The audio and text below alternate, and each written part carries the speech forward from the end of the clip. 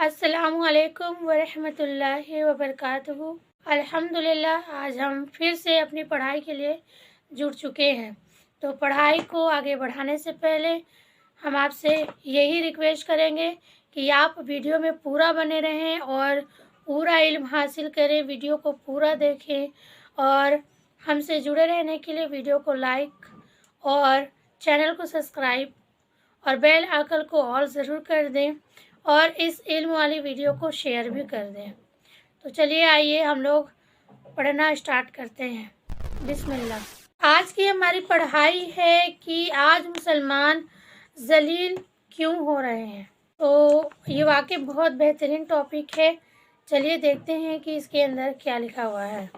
تم اپنے آپ کو مسلمان کہتے ہو اور تمہارا ایمان ہے کہ مسلمان پر خدا کی رحمت ہوتی ہے، مگر ذرا آنکھیں کھول کر دیکھو، کیا خدا کی رحمت تم پر نازل ہوئی ہے؟ آخرت میں جو کچھ ہوگا وہ تو تم بعد میں دیکھو گے، مگر اس دنیا میں تمہارا جو حال ہے اس پر نظر ڈالو۔ اس ہندوستان میں تم نوکر ہو، تمہاری اتنی بڑی تعداد ہے کہ اگر ایک ایک شخص ایک ایک کنکری پھینکے تو پہاڑ بن جائے، لیکن جہاں اتنے مسلمان موجود ہیں وہاں کافر حکومت کر رہے ہیں۔ تمہاری گردن ان کی مٹھی میں ہے کہ جدھر چاہے تمہیں موڑ دے۔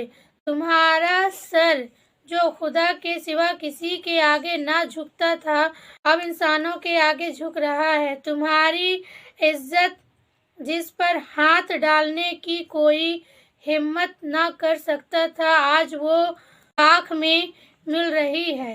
تمہارا ہاتھ جو ہمیشہ اونچا ہی رہا کرتا تھا اب وہ نیچے ہوتا ہے اور کافر کے آگے پھیلا رہتا ہے۔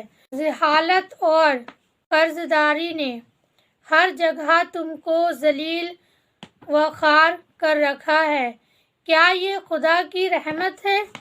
اگر یہ رحمت نہیں ہے بلکہ کھلا ہوا عذاب ہے تو کیسی عجیب بات ہے کہ مسلمان اور اس پر خدا کا عذاب نازل ہوا، مسلمان اور ذلیل ہوا، مسلمان اور غلام ہوا۔ یہ تو ایسی ناممکن بات ہے جیسے کوئی چیز سفید بھی ہو اور سیاہ بھی۔ جب مسلمان خدا کا محبوب ہوتا ہے تو خدا کا محبوب دنیا میں ذلیل و خوار کیسے ہو سکتا ہے؟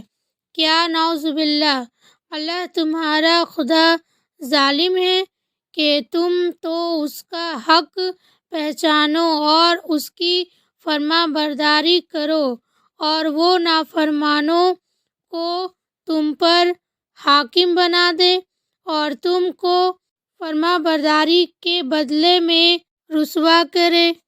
اگر تمہارا ایمان ہے کہ خدا ظالم نہیں ہے اور اگر تم یقین رکھتے ہو کہ خدا کی فرما برداری کا بدلہ ذلت سے نہیں مل سکتی تو پھر تمہیں ماننا پڑے گا کہ مسلمان ہونے کا دعویٰ جو تم کرتے ہو اسی میں کوئی غلطی ہے۔ تمہارا نام سرکاری کاغذات میں تو ضرور مسلمان لکھا جاتا ہے مگر خدا کے یہاں سرکاری دفتر کے کاغذات کام نہیں آتے۔ اللہ تبارک و تعالیٰ کا الگ ہی دفتر ہے تو ہم اس میں تلاش کریں کہ ہمارا نام فرما برداری میں لکھا ہوا ہے یا نافرمانوں میں۔ خدا نے تمہارے پاس جو کتاب بھیجی تاکہ تم اس کتاب کو پڑھ کر اپنے مالک کو پہچانو، اس کے فرما برداری کا طریقہ معلوم کرو۔ کیا تم نے کبھی یہ معلوم کرنے کی کوشش کی کہ اس کتاب میں کیا لکھا ہے؟ خدا نے اپنے نبی صلی اللہ علیہ وسلم کو تمہارے پاس بھیجا تاکہ وہ تمہیں مسلمان بننے کا طریقہ سکھائے۔ کیا تم نے کبھی یہ معلوم کرنے کی کوشش کی کہ اس کے نبی صلی اللہ علیہ وسلم نے کیا سکھایا ہے؟ خدا نے تم کو دنیا اور آخرت میں عزت حاصل کرنے کا طریقہ بتایا۔ کیا تم اس طریقے پر چلتے ہو؟ خدا نے کھول کھول کر بتایا کہ کون سے کام ہیں جن سے انسان دنیا اور آخرت میں ذلیل ہوتا ہے۔ کیا تم اس کاموں سے بچتے ہو؟ بتاؤ تمہارے پاس اس کا کیا جواب ہے؟ اگر تم مانتے ہو کہ نہ تو تم نے خدا کی کتاب اور اس کے نبی کی زندگی سے علم حاصل کیا اور نہ اس کے بتائے ہوئے طریقے کی پیروی کی تو تم مسلمان ہوئے کب کہ تمہیں اس کا اجر ملے؟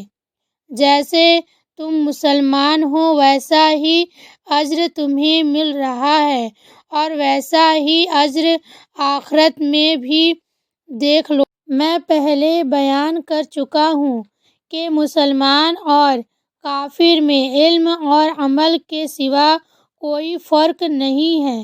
اگر کسی شخص کا علم اور عمل ویسا ہی ہے جیسا کافر کا ہے اور وہ اپنے آپ کو مسلمان کہتا ہے تو بلکہ جھوٹ کہتا ہے۔ کافر قرآن کو نہیں پڑھتا اور نہیں جانتا کہ اس میں کیا لکھا ہے۔ یہی حال اگر مسلمان کا بھی ہے تو وہ مسلمان کیوں کہلائے گا؟ کافر نہیں جانتا کہ رسول صلی اللہ علیہ وسلم کی کیا تعلیم ہے اور آپ صلی اللہ علیہ وسلم نے خدا تک پہنچنے کا سیدھا راستہ کیا بتایا ہے۔ اگر مسلمان بھی اسی کی طرح ناواقف ہو تو وہ مسلمان کیسے ہوا؟ کافر خدا کے مرضی پر چلنے کے بجائے اپنے مرضی پر چلتا ہے۔ مسلمان بھی اگر اسی کی طرح خود سر اور آزاد ہو، اسی کی طرح اپنے ذاتی خیالات اور اپنی رائے پر چلنے والا ہو، اسی کی طرح خدا سے بے پرواہ اور اپنی خواہش کا بندہ ہو تو اسے اپنے آپ کو مسلمان کہنے کا کیا حق ہے؟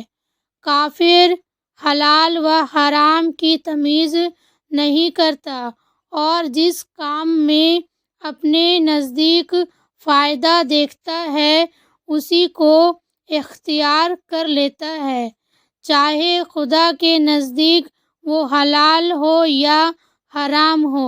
یہی رویہ اگر مسلمان کا ہو تو اس میں اور کافر میں کیا فرق ہے؟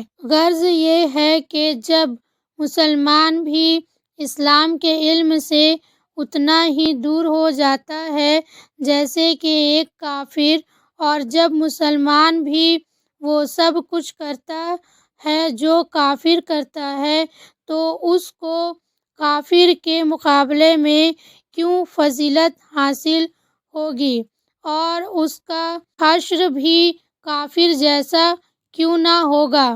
یہ ایسی بات ہے جس پر ہم سب کو ٹھنڈے دل سے غور کرنا چاہیے۔ واقعی اس بات پر ہم سبھی کو ٹھنڈے دل سے غور و فکر کرنا چاہیے کہ ہم مسلمان اگر اللہ تبارک و تعالیٰ کے نیک بندے ہیں تو ہم پھر ذلیل کیوں ہیں؟ کیوں ہم ستائے اور تڑپائے جا رہے ہیں؟ اگر ہم گہرائی سے سوچیں گے تو انشاءاللہ ہمیں جواب بھی مل جائے گا۔